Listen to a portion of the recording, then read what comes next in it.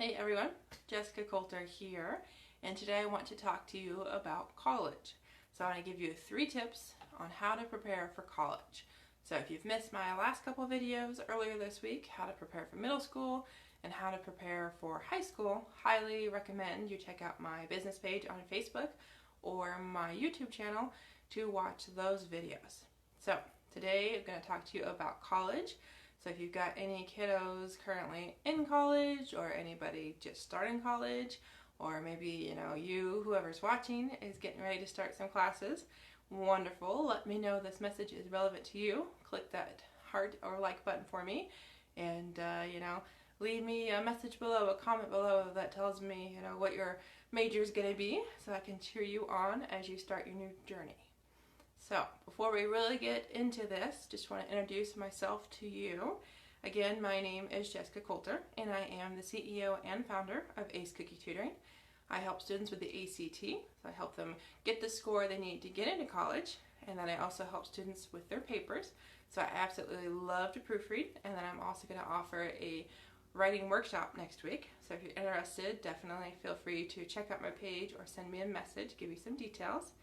And other than the ACT and proofreading, I'd love to help middle school students with their math. So it's kind of my sweet spot when it comes to math. So let's move on to what I know you're really curious about, which is how to prepare for college. So tip number 1 has to do with textbooks. So for college, textbooks, big deal, big expense.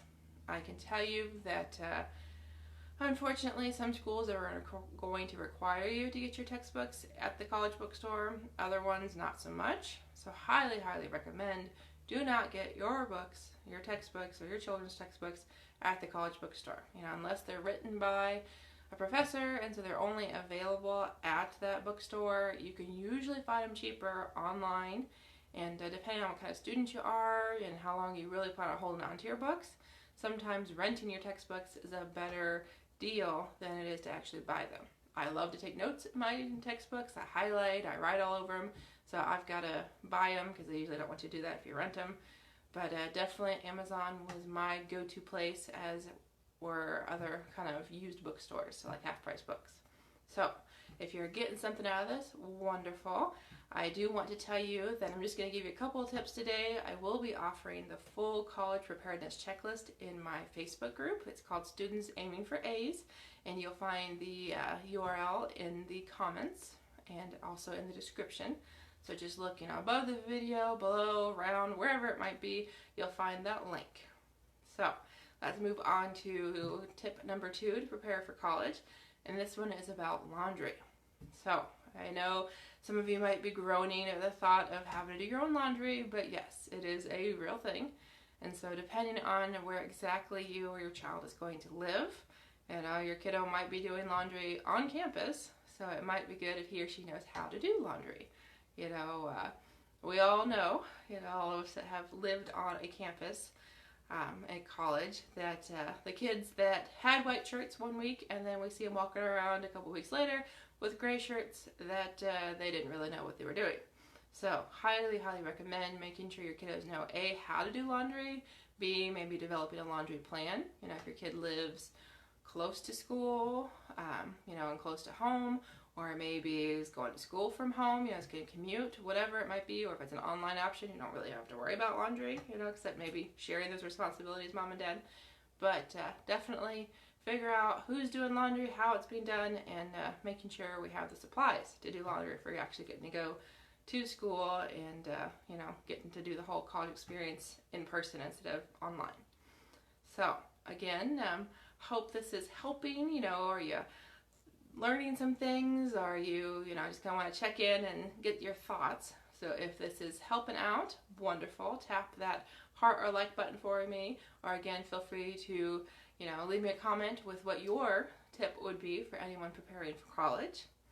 So one more tip I want to share with you, and this is about transportation. So I went to a small college, but I know there are a lot of state schools or really big universities out there, and you're going to have to double check whether or not freshmen are allowed to have cars. So I've had a couple friends tell me that space was limited and they had to do parking permits, and you know, they either had to wait till second semester or even had to wait till second year. So that can be a big deal. The whole idea of having a car, not having a car, you know, where are you going to put it? Are you allowed to have one? And then there's the idea of, depending on the size of your campus, you know, I was able to walk everywhere because my school was pretty small, but some campuses, you know, it could take 10, 20, 30 minutes to get from, you know, your first class to your second class. So you might be looking into a bike option. You know, that might be something needed. And again, that's then going to matter of, okay, well, what dorm do I live in? Is there parking for my car? Is there a bike rack? Is there room in my dorm room to keep my bike? So things to consider, things to prepare for. And again, if you're, you know, staying at home and doing the virtual option this year because of COVID, or maybe that's just where, you know, what works best for you, totally understandable. Not as big of a deal, but just know, you know, if you're doing the virtual option, you might not be worried about parking spaces, but you might have to worry about your professor's office hours and availability. So that's kind of the idea of logistics instead of transportation. But anyway, more on that on my checklist.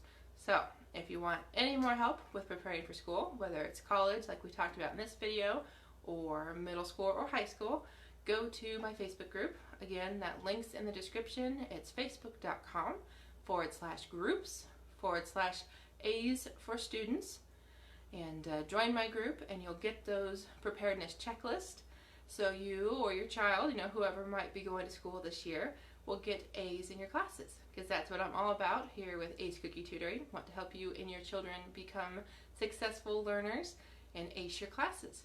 So thanks so much. We'll see you in the next video. Tomorrow we're learning on how to prepare for homeschool. So if you are considering that, or if you just decided on that, tune in tomorrow, 2 o'clock Central Time, same place, and we'll talk all about homeschool.